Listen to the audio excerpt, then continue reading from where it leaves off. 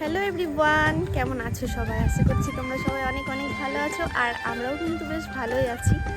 তো দেখো, এখন বাজে ঘড়ির কাঁটায় ওই 9:45 মতো, আর আমরা কিন্তু রেডি হয়ে এলাম হচ্ছে বিনগর স্টেশনে। তো আজকে একটা বিশেষ জায়গায় যেতে চলেছি। তো একটুর জন্য ট্রেনটা মিস করে গেলাম, এখন দাঁড়াতে হবে তাও 20 মিনিট মতো। তো আজকে যাচ্ছি হচ্ছে, ঠিক আছে এখন বলবো না কোথায় যাচ্ছি, চলো দেখতে থাকো। আর 20 মিনিট পর আমাদের ট্রেন, এখন 20 মিনিট ধরে এখানে দাঁড়িয়ে থাকতে হবে। আর আজকে আমি একা যাচ্ছি না, যাচ্ছে হচ্ছে তোমাদের দাদা ভাই, সাথে এই যে আমাদের তুলি। তো এই দুজনই যাচ্ছে, আর আমার দিদিরও যাওয়ার কথা ছিল, বাট ওর একটু অসুবিধার কারণে ক্যান্সেল করে দিল যাওয়াটা। এখন আমরা তিনজনই যাচ্ছি।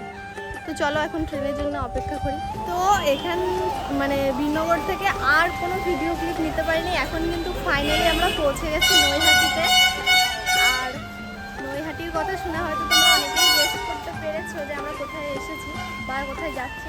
তো দুঃখের বিষয় কি জানো তো, এখানে কিন্তু প্রচুর বৃষ্টি হচ্ছে, ঠিক আছে? আমি এখন টেনশানে পড়ে গেছি পুজোটা কী করে দেবো বড় মার কাছে। চলো দেখি, এই যে বাইরে এই যে অবস্থা, বৃষ্টি দেখো, চারিদিকে বৃষ্টি, এরকম অন্য মাথায় দিয়ে দিয়ে যেতে হচ্ছে। কোন দিকে যাবো? এদিকে তো এই যে বৃষ্টির মধ্যে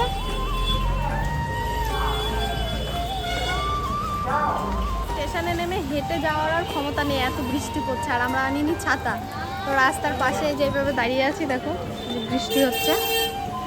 রাস্তাঘাটের অবস্থা অনেকটা এরকম, সবার মাথায় একটা করে ছাতা, কিন্তু দুঃখের বিষয় আমরা ছাতা আনিনি। এই যে তিনজন এইভাবে দাঁড়িয়ে আছে।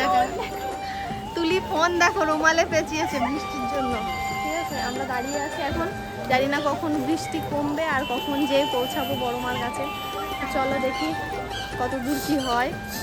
তো এই যে আমরা কিন্তু বৃষ্টির মধ্যে একদম আর ওয়েট করতে পারলাম না, অনেকক্ষণ ধরে দাঁড়িয়ে আছি।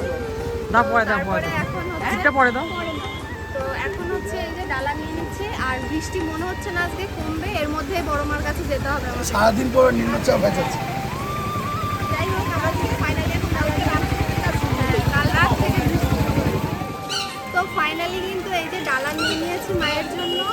আর এই মালাটা দেখে আমার ভীষণ পছন্দ হয়েছে, তাই কিন্তু এটা আমি মায়ের জন্য স্পেশাল নিলাম। তো চলো এখন যাওয়া যাক, দেখি কেমন ভিড় আছে কি না আছে। এই যে আমার ডালা নেওয়া, দেখো এই ডালা নিয়ে দাঁড়িয়ে আছে, একদম লাইন করেছে, একদম কাছাকাছি চলে এসেছে,